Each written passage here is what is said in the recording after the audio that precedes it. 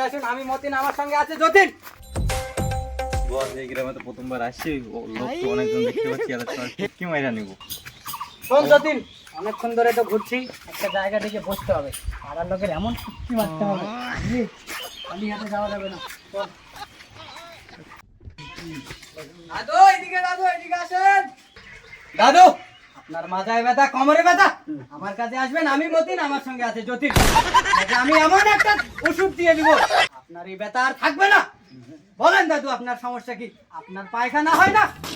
আমি এমন একটা ওষুধ দিয়ে দিব, লুঙ্গি ছেড়ে বসবেন, মেহনত করতে হবে না, আর করে বেরিয়ে যাবে।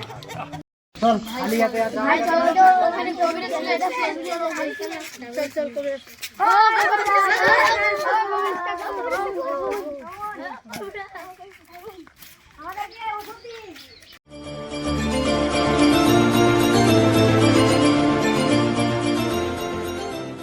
এই দাদারা, দিদিরা, কাকারা, কাকিরা, মামারা, মামিরা, সবাই আসেন, চলে আসেন। আমি হলাম মতিন কবিরাজ, আমার সঙ্গে যতীন।